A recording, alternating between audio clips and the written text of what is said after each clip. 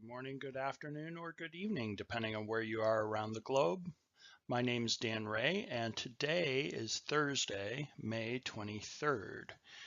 I am joined by a coworker from my time at BrainStorm. Dominique is going to. This is awesome. I just had a chance to reconnect with Dominique, and Dominique and I worked together at BrainStorm. Hey, how are you? Hi, Dan. Thanks for inviting me on. It's so great to talk to you again. This is awesome. I think the last time we saw each other in person might have been that time that we were in Chicago with the customer success managers. And I think that was my first time at BrainStorm within probably 6 months that I got an opportunity to co-facilitate with you. Yeah, that was one of my favorite events. You're right. We were in Chicago and we were working with the group of CSMs who were trying to bring some of their dark to cloud customers to the cloud and get them really excited about the AI and all the possibilities in Teams. That was fun. And I was so happy because you ordered pizza. Do you remember that? You brought like you brought I do. pizzas in. I do. I know the last time I was out in New York, you were giving me all sorts of advice on different places to go and the pizza places that were around the customer that I was visiting. Thank you for the tourist suggestions, and I wanted to repay that. So where did you land? Are you a deep dish guy or are you a thin crust? You know, I just like pizza, so anything from a standpoint of Chicago style to New York, Detroit. They just opened a food truck in Chicago. Somebody is doing Detroit style pizza, which is square. Oh, wow. And so it's kind of a hybrid between maybe a deep dish and the square slice that you would get in certain places or certain establishments. I guess so. Yeah, it's catching on everywhere. That's really funny. I put a poll in there, Dan, where we could even vote about our choices. Oh, this is so cool. I think that same event was the first time that I had a chance to see this.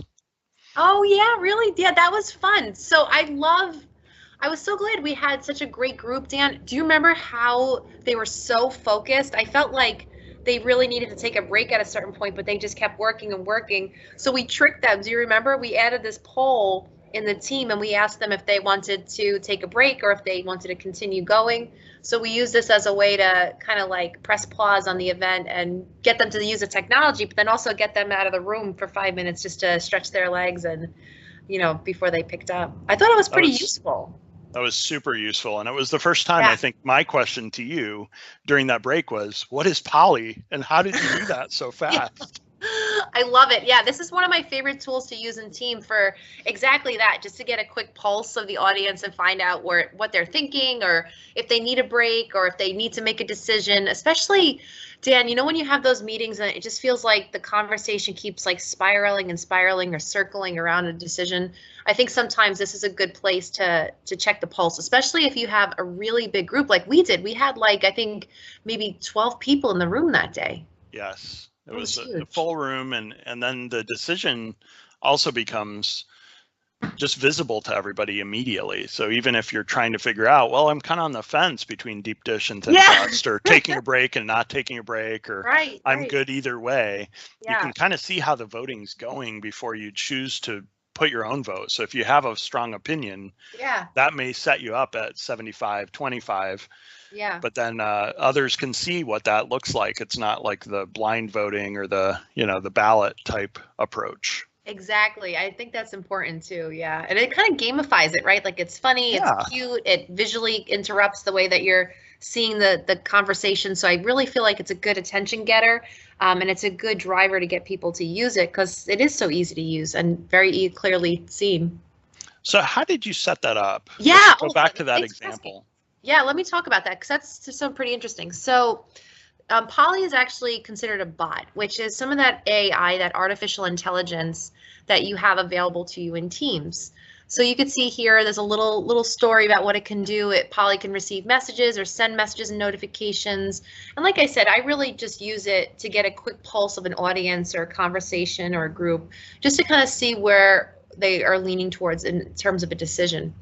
So you can add the bots to the team. On the left-hand side, there's usually navigation tools that you could use where you could see kind of like an ellipsis that'll give you more of those options. And you could work with Polly in one of two ways. You could add Polly as a bot like we did here, or you could add Polly as a tab. So we've gone in and we've added Polly as a tab to this team. And you see here, this is a caption of all of those results, right? So we are able to see the different polls that have existed. Like this one we were playing around with, does it work as a guest? And you can see who has created polls. So this is going to give you an aggregate of all those kinds of polls that you pushed out there. But the bot in the team will actually just give you those quick kind of straw polls that you need. And that's a really good point, Dominique. Yeah, what do you think about BrainStorm? You work for BrainStorm. So how did I bring you into the Microsoft environment? That's a good point, and that's right. Yeah, so BrainStorm is a Microsoft training partner and a change partner, and we're always working really closely with Microsoft to stay in step with their customers and share information. So it's really helpful when we have people that bring us in these environments so we can get on the same page, and especially, you know, with teams to see how they're already working. So you're right, Dan, it was very easy actually to get in here. So I'm glad you set up my guest access. Awesome. And you can see at the top here that I'm able to toggle between my BrainStorm account and my Microsoft account. That's awesome. Yeah, thanks for doing that. Yeah, thank you. Awesome. I think somebody at Microsoft showed me that trick while I was still at BrainStorm. And yeah. I thought that's really cool that we can collaborate with our partners or with, you know, respected training partners, whatever they might be, Microsoft solution vendors. Absolutely. Yeah, especially really cool. with teams, Dan, because you want to get an overview sometimes of your customer's environment, see how they're working. And then also, I always like coaching my customers, especially with the customers going through digital transformation. I can kind of give them advice, especially on Teams, by using Teams. So you provide like a proof of concept while you're delivering content to them. And I always think that's a clever way to facilitate those conversations. Yeah, I learned so much from that one session that we co-facilitated, and no. a couple other opportunities came up after that, but that was really insightful in how you position it as opposed to just teaching teams. Mm-hmm. Like you said, you're having them use Teams and you know, prove the collaboration that can exist. Yeah, it's really thanks neat. So much, Dan.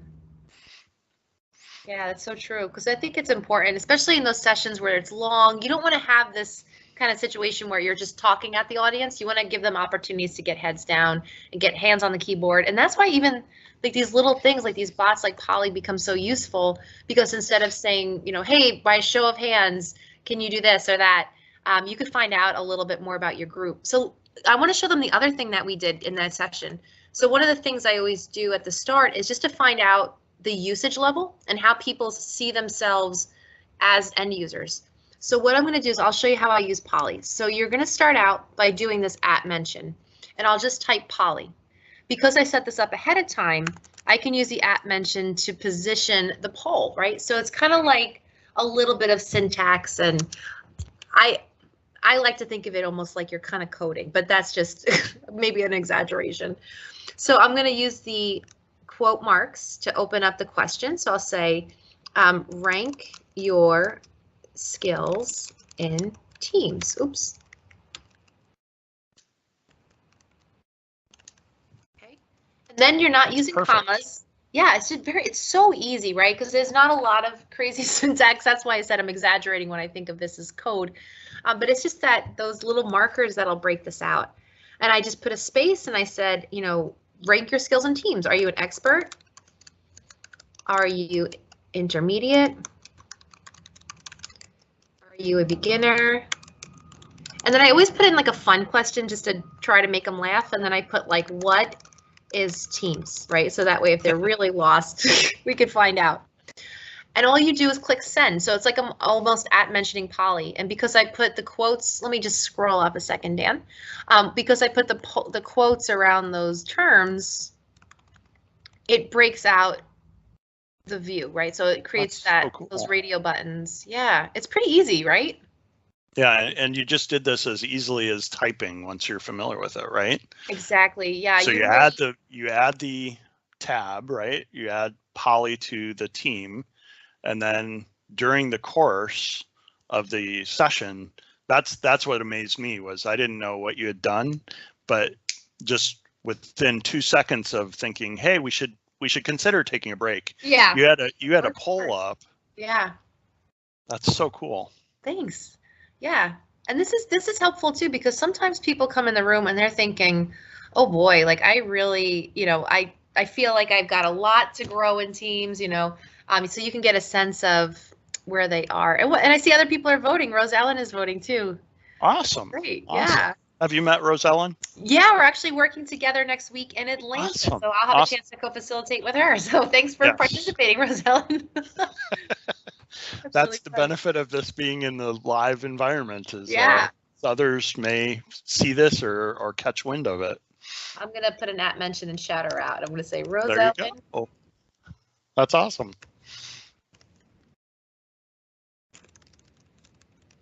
I love those @ mentions too, because you can just kind of cut through all the people in the team and really focus those conversations at a specific person.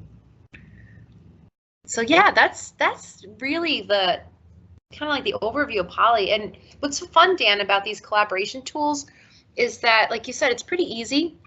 It's pretty straightforward, but honestly, it's the use cases that bring it to life and really give it that value, especially as you're trying to drive adoption and help people understand the way that this can save you time. And that's one thing we really do focus on at BrainStorm. We're not there just to teach the end users.